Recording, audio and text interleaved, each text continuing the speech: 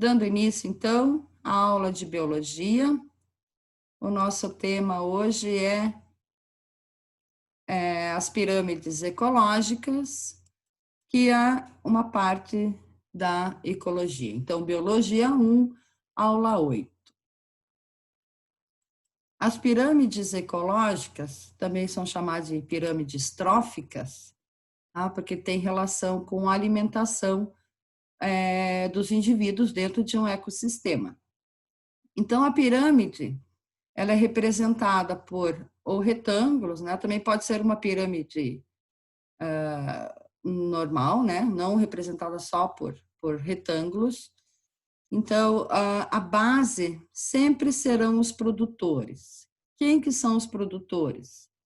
São os autótrofos, tá? As plantas e algas. São aqueles seres vivos que produzem o seu próprio alimento através da fotossíntese.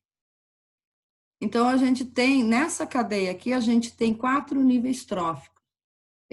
Os produtores são o primeiro nível, consumidor primário, segundo nível, consumidor secundário, terceiro nível, e os consumidores terciários estão no 4º nível trófico. Tá? Os produtores sempre serão o primeiro nível trófico. Então, na cadeia alimentar, acontece o seguinte: os consumidores primários se alimentam dos produtores. Consumidores secundários se alimentam dos primários.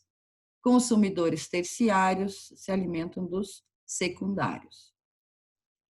Então, os consumidores primários, também chamados de primeira ordem, consumidores de primeira ordem, né, são os heterótrofos, ou seja, nesse caso, os herbívoros, né, que se alimentam das plantas, e, portanto, eles necessitam incorporar o alimento. Aí eles se encontram, então, no segundo nível trófico. Os consumidores secundários ou consumidores de segunda ordem também são heterótrofos. No caso, são os carnívoros, tá? Que se alimentam dos herbívoros e se encontram no terceiro nível trófico. Os consumidores terciários ou de terceira ordem também são heterótrofos, carnívoros, né, que se alimentam de carne, e se encontram no 4º nível trófico. Então, gente, lembrando, produtor sempre está na base, tá? Os autótrofos, né, aqueles que produzem seu próprio alimento, estão sempre na base. Aí, consumidor primário, secundário e terciário. Então, o que representam essas pirâmides ecológicas? Né? Elas também são chamadas de pirâmides tróficas, porque trófos representa alimento, né? Vem lá do grego, e representam graficamente o fluxo de energia e matéria em um ecossistema. Então, a gente tem 3 tipos de pirâmides ecológicas: a dos números, a pirâmide da biomassa e a pirâmide da energia. Então, a pirâmide dos números, ela vai nos indicar o número de indivíduos em cada nível trófico, ou seja, o número de indivíduos que está disponível para o próximo nível trófico. Essa pirâmide, ela pode ser direita ou invertida. Já mostro um exemplo de pirâmide invertida para vocês. A pirâmide da biomassa, ou seja, a massa viva, bio, né, vida. Então, indica a massa total de matéria viva, ou seja, a matéria orgânica, em cada nível trófico. Essa pirâmide também pode ser direita ou invertida. E a pirâmide da energia vai nos indicar a quantidade de energia, normalmente em quilocalorias, em cada nível trófico. E essa pirâmide, ela nunca pode ser invertida. Vocês vão entender por quê. Então, agora eu já vou dar um exemplo da pirâmide dos números. Aqui a gente tem uma pirâmide direita, né? E aqui ela está invertida. Então, na direita, o capim, né? Serve de alimento para gafanhoto. Os gafanhotos servem de alimento para o pardal. Os pardais servem de alimento para a cobra. Então, existe um número bem maior de indivíduos nos produtores do que nos consumidores primários, que, consequentemente, existe menor número de pardais, né, nos consumidores secundários e ainda um número menor de cobras, né, que se alimentam dos pardais que serão, né, ou que são os consumidores terciários. Na pirâmide invertida, por exemplo, uma árvore, número 1, né? Uma árvore pode abrigar 1000 cupins, né, que se alimentam, então, da celulose ali, da madeira. E cada cupim tem uma infinidade de parasitas, né? Protozoários, por exemplo, bactérias. Então, o número é bem maior. Então, a pirâmide dos números pode ser direita ou invertida. Aqui mais um exemplo, né, da pirâmide de números, dos números, onde 1000 gramíneas servem de alimento para 200 lagartas, né? As lagartas vão se transformar em borboletas, em mariposas depois, que servem de alimento para 20 pássaros. Então, essa pirâmide também está à direita. Essa aqui é bem diferente, né? 2 árvores, então, o tamanho do retângulo aqui não está muito proporcional, né? Mas se a gente analisar, o tamanho deles representa o número de indivíduos. 2 árvores servem de alimento para 200 lagartas, né, que se alimentam das folhas, que servem de alimento para 20 pássaros.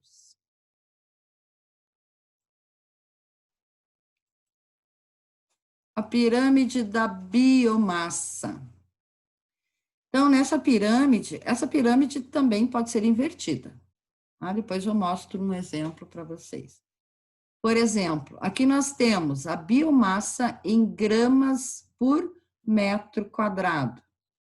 Então, se a gente considerar as gramíneas, né, que são os produtores, nós temos 10.000 gramas por metro quadrado. Então, a biomassa, ou seja, a matéria viva, né, dessas gramíneas, estão disponíveis para gafanhotos, por exemplo, que são os consumidores primários. Eles, quando se alimentam, eles incorporam, obviamente, a biomassa da grama, né? E vão disponibilizar 1000 gramas por metro quadrado para os consumidores secundários, que vão disponibilizar 100 gramas. Consequentemente, a ave aqui tem 10 gramas por metro quadrado disponibilizado. Okay? Então, a biomassa mostra em gramas, ou em quilogramas, ou em toneladas, a quantidade de matéria viva que é encontrada em cada nível trófico. Temos mais um exemplo aqui, pirâmide da biomassa. Por exemplo, 10 toneladas de soja estão disponíveis para 1 tonelada de gado, que está disponível para um adulto com 70 quilogramas. Está meio exagerado, né? Mas esses cálculos são feitos assim em grande escala, né? Provavelmente um adulto precise, na vida inteira dele, de 1 tonelada de gado. Mas está mostrando também que essa pirâmide está à direita, né? E essa é a biomassa, então, disponível em cada nível trófico. Aqui nós temos uma pirâmide da biomassa invertida. Essa aqui é uma cadeia alimentar marinha. Então, nós temos 4 gramas por metro cúbico, né, de fitoplâncton e 20 gramas de metro cúbico de zooplâncton. Essa pirâmide, ela está invertida por conta do fitoplâncton, que tem um ciclo de vida bem mais curto.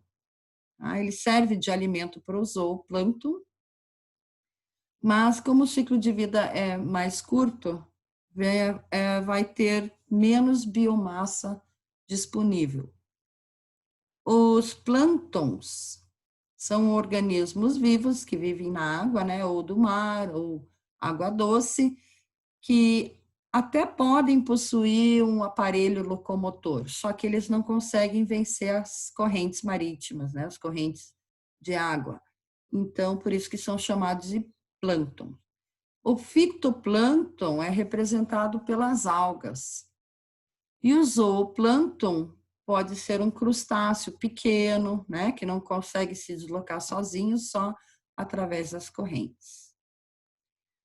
E outra pirâmide direita aqui, alfafa, que serve de alimento para o boi, que serve de alimento para o homem. Então, 8 toneladas de alfafa para 1 tonelada de bois para um homem de 70 quilos. A pirâmide da energia. Esta, gente, nunca pode ser invertida. Tá? A base dela, que são os produtores, sempre tem um retângulo maior e, consequentemente, os outros serão menores. Então, o que acontece com a energia dentro de um ecossistema? Então, aqui a gente tem uma cadeia alimentar com os produtores, com os consumidores primários, secundários e terciários. Cada nível, vamos supor que os produtores aqui produzam 10.000 quilocalorias de energia. Eles vão passar apenas 10% para o próximo nível trófico, ou seja, 1.000 calorias. A mesma coisa acontece dos consumidores primários para os secundários. Eles transferem apenas 10% de sua energia para o próximo nível, então 100 calorias, quilocalorias, aliás. E o terceiro nível, o último, aliás, quarto nível, né? Consumidores terciários recebem, então, 10 quilocalorias. Então, a pirâmide da energia nunca pode ser invertida. Outra pirâmide da energia, mostrando as quilocalorias por metro quadrado ao ano. Então, o produtor, a grama, por exemplo, né, uma gramínea, ela produz 9.000 calorias por metro quadrado por ano. Disso é transferido 10%, né, 1.500 quilocalorias por metro quadrado por ano para os consumidores primários, 70 para os consumidores secundários e 5 para os consumidores terciários. Então, vocês podem perceber que à medida que a pirâmide vai subindo, né, para o seu ápice, a energia vai diminuindo, por isso que ela não pode ser invertida. Aqui nós temos os decompositores. Tá? Quando todos esses indivíduos aqui morrem, os decompositores fazem a decomposição, que são os fungos e as bactérias. Então, toda a matéria desses organismos que estão nesses níveis, eles vão ser decompostos, ficam ali no solo, e aí outros organismos podem se aproveitar da matéria viva. Da matéria viva, não, dos compostos orgânicos, né? Aqui nós temos o fluxo da matéria e o fluxo da energia. Tem uma grande diferença entre eles. Como eu falei antes, perdão aí, quando algum organismo da cadeia trófica morre, os decompositores, como fungos e bactérias, fazem a decomposição, né? Então, a árvore, que é o produtor, serve de alimento para o consumidor primário, para o secundário, o primário para o secundário para o terciário. todos eles morrem e servem de alimento, na verdade, para decompositores, né, como fungos e bactérias. Então, eles fazem a decomposição e os sais minerais são novamente aproveitados pelos produtores. Então, a matéria, ela é cíclica, ela não se perde. Que nem aquela lei de Lavoisier, né? Na natureza, nada se cria, nada se perde, tudo se transforma. Mas, com a energia, não acontece isso, tá? A energia, ela é unidirecional. Quando o indivíduo da cadeia trófica morre, a energia se perde. Então, ela só tem uma direção, unidirecional, uma direção. Então, quem fornece toda a energia que existe aqui no nosso planeta é o Sol. Tá? Os produtores, que são algas e as plantas, conseguem absorver essa energia. Então, por isso que nessa cadeia aqui, ó, existe uma quantidade bem maior de energia, né, no nível dos produtores. Então, aqui a gente tem o fluxo de energia, né, que passa de um para o outro, o produtor passa para o consumidor primário, para o secundário, etc. O ciclo da matéria, o ciclo da matéria, produtor, aí vai para o consumidor primário, consumidor secundário e para os decompositores. Tá? Agora percebam a perda de energia. O produtor, quando morre, energia vai embora, se perde, né? Consumidor primário também, consumidor terciário também, e os decompositores, a mesma coisa.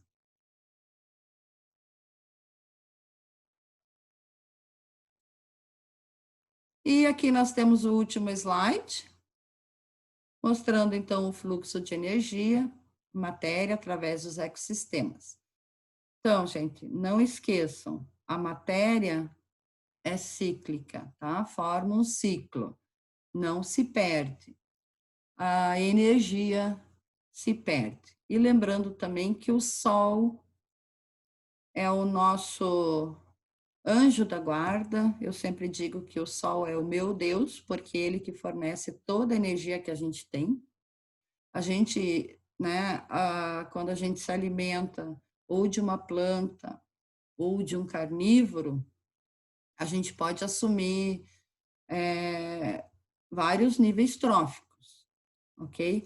Mas através da nossa respiração celular é que a gente produz a energia.